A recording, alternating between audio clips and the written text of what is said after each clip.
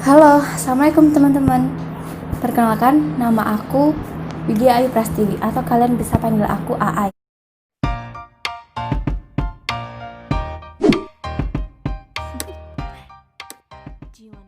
Di video pertama aku kali ini, aku akan membahas 7 tempat angker di Semarang yang mungkin jarang diketahui banyak orang ya. Oke, kalau gitu kita langsung aja ke videonya, nggak usah lama-lama ya teman-teman. Yang pertama, aku akan membahas tentang Lawang Sewu. Jika kalian mendengar kota Semarang, pasti pertama kali yang ada di pikiran kalian atau melintas di benak kalian adalah Lawang Sewu.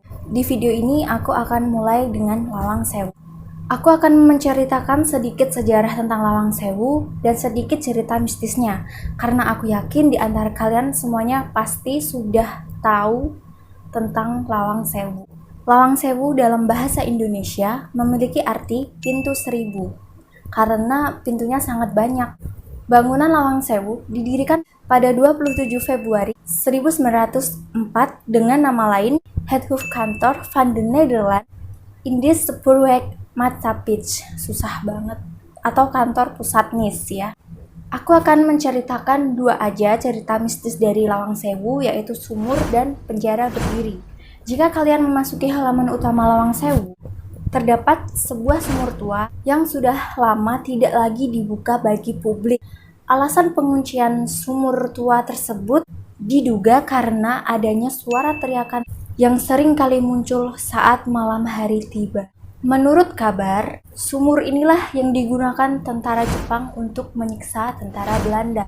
Mungkin karena itu, penyebab sering kali terdengar suara teriakan minta tolong dari dalam sumur tersebut.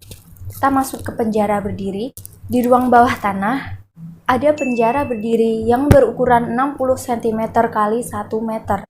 Konon katanya, penjara yang harusnya untuk satu orang tahanan, itu malah digunakan 5-6 orang tahanan. Hingga akhirnya seluruh tahanan tewas karena kesempitan dan sesak nafas. Setelah itu mayatnya akan dibuang ke sungai terdekat. Sebab itulah mungkin dari penjara berdiri itu sering kali tercium bau-bau aneh termasuk bau anyir darah. Next, yang kedua, Tanjakan Gombel. Nah, kalau kalian memasuki kota Semarang dari arah selatan atau mau pulang ke arah selatan dari kota Semarang, itu pasti kalian akan melewati Tanjakan Gombel ini dengan pemandangan yang sangat-sangat indah. Kenapa Gombel? Nama Gombel muncul saat Kiai Pandanaran berziarah ke sebuah makam di Gunung Jabal Kat. Kini dikenal dengan kawasan Bukit Gombel. Kiai itu berziarah melewati tanjakan, terjal, dan curam. Kala itu Tanjakan Gombel sangat sulit dilewati karena permukaannya yang berbukit. Sejak saat itulah disebut sebagai Gombel. Namun, ada salah satu ketua Semarangker, Pamuji Yuwono, menjelaskan bahwa nama Gombel adalah singkatan dari Gerakan Operasi Militer Belanda pada tahun 1947. Aku akan menceritakan beberapa kisah mistis dari Tanjakan Gombel ini. Kabarnya, ada wewe gombel dan beberapa makhluk astral penunggu bukit lainnya. Dulu memang sering kali terjadi kecelakaan di daerah Gombel, baik yang menelan korban jiwa ataupun hanya luka-luka. Sebagian korban mengaku pada saat kejadian itu ada sosok perempuan mengenakan gaun rok panjang berwarna putih gading sedang menabrakkan diri, menyeberang secara mendadak, atau melambaikan tangan di pinggir jalan. Next, yang ketiga, Hotel Sky Garden. Kalau udah bahas tentang Tanjakan Gombel tadi, kalian juga pasti tahu dengan hotel yang terbengkalai ini. Nah, katanya hotel ini dulu bangkrut karena seringkali terlihat penampakan wewe gombel yang menyebabkan tidak ada pengunjung yang berani datang ke hotel tersebut. Hotel tersebut sudah tutup, namun masih banyak yang diperbolehkan untuk tinggal di situ. Cuman sudah banyak yang dipindahkan oleh pemerintah daerah setempat. Ada satu cerita, pada tanggal 18 Mei 2019, ada seorang warga bekas penghuni hotel ini, Ibu Sriani berumur 70 tahun, ditemukan tewas mengambang di kolam Hotel Sky Garden. Seorang saksi mengatakan bahwa pada pukul 8 malam, Ibu Sriani jatuh dan tidak bisa berjalan. Dibantu oleh penghuni lain, korban dibawa ke kamarnya dan dibiarkan tidur sendirian. Namun pagi harinya, tetangga heran, kenapa bisa ditemukan tewas di kolam, padahal kan malamnya tidak bisa berjalan. Dan katanya, antara kolam dan bangunan tempat warga tinggal dipisahkan oleh jalan yang rimbun pepohonan. Next, yang keempat, Gedung Marabunta. Gedung dengan 2 patung semut ini pasti sudah tidak asing lagi bagi warga Semarang yang sering kali ke kawasan Kota Lama, tepatnya di Jalan Cendrawasih. Tidak ada keterangan pasti gedung ini didirikan kapan, tapi ada juga yang mengatakan bahwa pada tahun 1854 gedung ini sudah ada di situ. Pada zaman dulu, gedung ini menjadi tempat wisata Noni dan Menir untuk menikmati weekend bersama keluarganya. Nama gedung ini dulu adalah Schouwburg, yang dalam bahasa Belanda memiliki arti gedung pertunjukan atau teater. Nah, jadi tiap weekend Noni dan Menir akan menyaksikan banyak pertunjukan seperti opera, drama, komedi, musik, tari tradisional, hingga tari erotis. Kabar kabur yang beredar tentang gedung ini, ketika malam hari pernah ada warga yang melihat beberapa noni Belanda sedang menari-nari di dalam gedung seakan-akan sedang mementaskan sebuah opera atau drama. Apakah kalian berani ke gedung tersebut malam-malam? Next, yang kelima, SMA Negeri 1 Semarang. SMA Negeri 1 Semarang ini terletak di Mugasari, tepatnya di sekitaran Taman Indonesia Kaya. Bangunan tua khas Belanda yang berdiri sejak tahun 1939 dan menjadi saksi bisu banyak cerita. Jelas, sekolah ini banyak banget spot horornya. Salah satu spot seramnya adalah kolam yang sudah tidak terpakai yang berada di kawasan sekolah tersebut. Selain kolam, ada ruang musik dan pohon sipeas. Banyak yang bilang ada hantu cewek dengan muka menyeramkan di sekitaran kolam.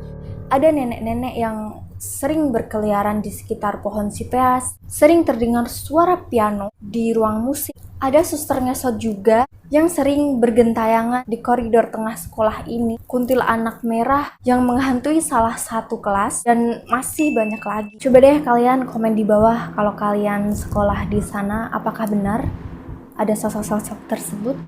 Next, yang keenam, Hotel Sirandi.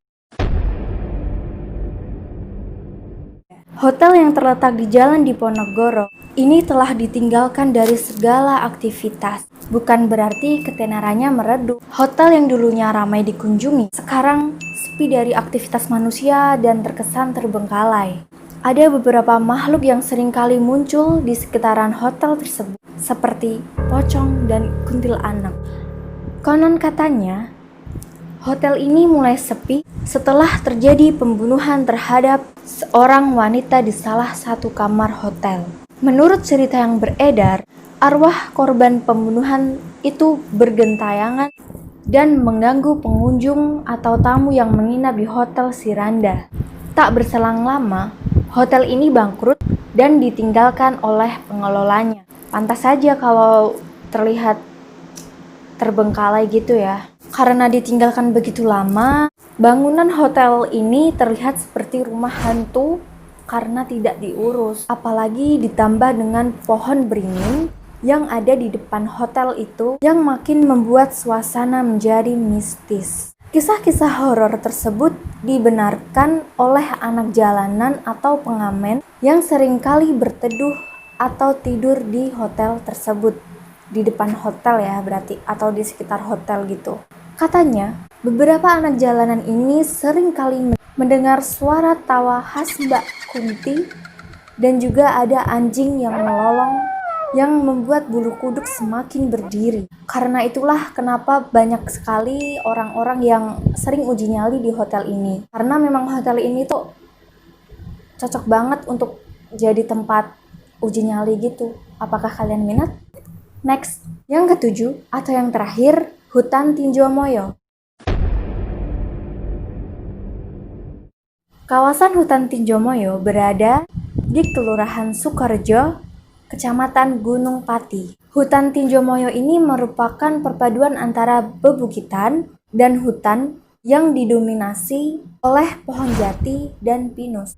Dulu hutan ini adalah sebuah kebun binatang yang pada akhirnya tahun 2006 terjadi banjir besar yang memutuskan jembatan akses utama menuju ke Tinjomoyo. Selain itu, banyak sekali masyarakat yang bersaksi bahwa dahulu kala di area itu merupakan tempat persembunyian pengawal Pangeran Diponegoro. Menurut warga sekitar, di tengah hutan itu juga terdapat pesanggrahan gaib. Beberapa jenis jin juga ada di dalam hutan tersebut. Konon katanya di bawah jembatan Tinjomoyo ini terdapat gerbang yang dijaga oleh sepasang Banaspati. Berarti ada 2 Banaspati. November 2014 lalu juga ditemukan jenazah perempuan di tengah hutan tersebut yang hingga kini tidak tahu siapa pelaku pembunuhan tersebut. Jenazah perempuan ini ditemukan dengan mulut yang disumpal kain, leher yang diikat dengan seutas tali, dan wajah yang memar dengan kondisi badan setengah telanjang. Sampai sekarang kasus ini masih menjadi misteri karena tidak pernah tahu siapa pelakunya dan polisi tidak pernah menemukan siapa pelakunya. Mungkin karena keadaan hutan itu yang sepi menjadikan pelaku lebih leluasa untuk melakukan aksinya karena memang udah tidak ada yang lalu lalang di daerah tersebut. Nah, itu dia teman-teman 7 tempat angker di area Semarang yang mungkin ada yang teman-teman belum tahu atau teman-teman udah tahu. Coba dong komen di bawah kalau ada teman-teman yang tahu tempat horor lainnya di Semarang, ceritakan di bawah ya, atau kalian pernah mengalami suatu kejadian di tempat-tempat tertentu. Boleh banget komen di bawah, aku akan baca komen kalian. Terima kasih yang udah klik video ini. Jangan lupa untuk share, komen, like, dan subscribe channel aku untuk mendukung aku membuat konten-konten selanjutnya.